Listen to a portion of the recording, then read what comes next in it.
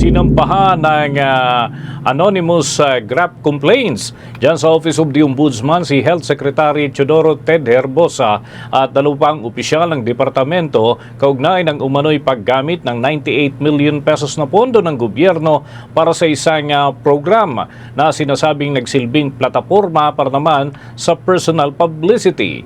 Ang nagrereklamo na nagpakilalang Alliance of Clean and Transparent Government ay nagsampah ng administrative complaint laban kina Herbosa maging kay Assistant Secretary Albert Domingo at Director Tina Marasigan.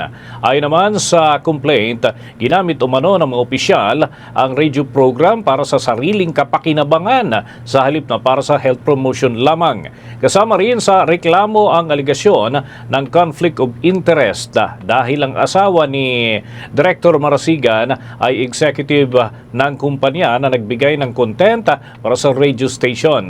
Ayon sa mga nagrereklamo, nilabag umano ng mga opisyal ang batas sa pamamagitan ng pagsabay ng tungkulin bilang public officials habang umuupo naman bilang anchor o host ng radio program na pinopondohan ng kaban ng bayan. Sa panig naman ng Department of Health, nilinaw ni Assistant Secretary Domingo na wala pa silang natatanggap na kopya ng reklamo at sinabing ang kanilang anchoring at hosting duties ay alinsunod sa patakaran ng gobyerno.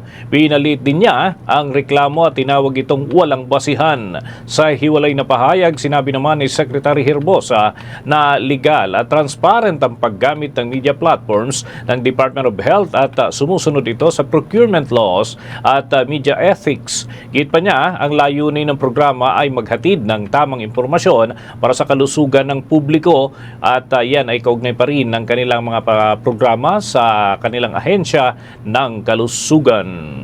For the most trusted source of news and information, visit our website at www.bomboradio.com. Follow us on Bombo Radio mobile app, Facebook, YouTube, TikTok, and X, formerly Twitter.